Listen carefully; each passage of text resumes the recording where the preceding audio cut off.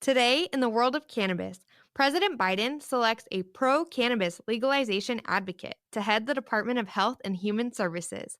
One of the first big tobacco companies to join the cannabis industry is backing out, and JayZ launches a $10 million fund for minority cannabis businesses.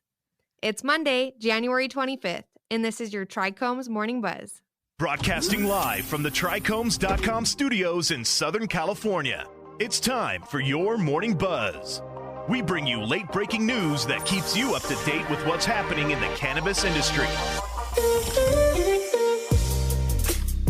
First up, in a report by Marijuana Moment, President Biden has tapped numerous cannabis legalization advocates to work in the administration, including their pick to head the U.S. Department of Health and Human Services.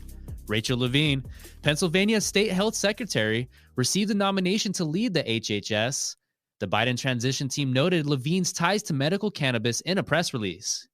In addition to her recent posts, Dr. Levine is also an accomplished regional and international speaker and author on the opioid crisis, medical marijuana, adolescent medicine, eating disorders, and LGBTQ+ medicine, Levine's official biography states. While during his presidential campaign, then-candidate Biden called for the rescheduling and decriminalization of cannabis along with cannabis record expungements. They did stop short of expressing support for federal recreational cannabis legalization, but making the mention of cannabis in Levine's official biography is particularly notable. And next, Hemp Industry Daily reports that the first big tobacco company to join the hemp and cannabis industries is getting back out. Pyxus International, one of the world's largest tobacco suppliers, said last week that it'll focus on its more profitable tobacco and liquid nicotine products after filing for bankruptcy in June. Based in Morrisville, North Carolina, Pyxus was growing hemp in the U.S. and cannabis in Canada, but the company was hit hard by declining tobacco consumption and coronavirus-sparked supply distributions.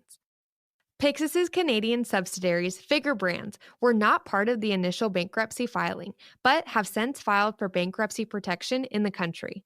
We maintain our belief that there is value in Figure, and its growth can be accelerated with the right capital structure and partner, Pyxus CEO Peter Sickle said in a statement. Pyxus, formerly Alliance One International, was part of the influx of big tobacco and alcohol into the cannabis industry. And last up, in a report by the New York Daily News, rapper and entrepreneur JayZ has announced the start of a $10 million fund aimed toward assisting minority business owners join the cannabis industry. In October 2020, JayZ launched his own cannabis line, Monogram. While cannabis consumption among white and black populations is roughly equal, black people are nearly 4 times more likely to be arrested for cannabis offenses, according to a study by the American Civil Liberties Union.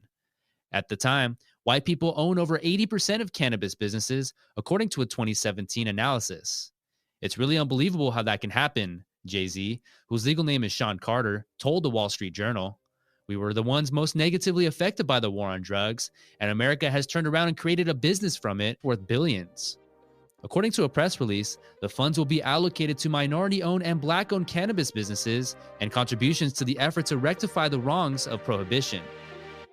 That was today's Buzz. Thanks for listening. For more cannabis news and insights from industry professionals and a place to discuss these stories and others, visit TRICHOMES.com. And be sure to catch up with all of our other cannabis industry-related podcasts like Hash It Out, The High Ground, or Careers in Cannabis wherever you get your podcasts. For TRICHOMES.com, I'm David Fortin. And I'm Devin Liao. Have a great day.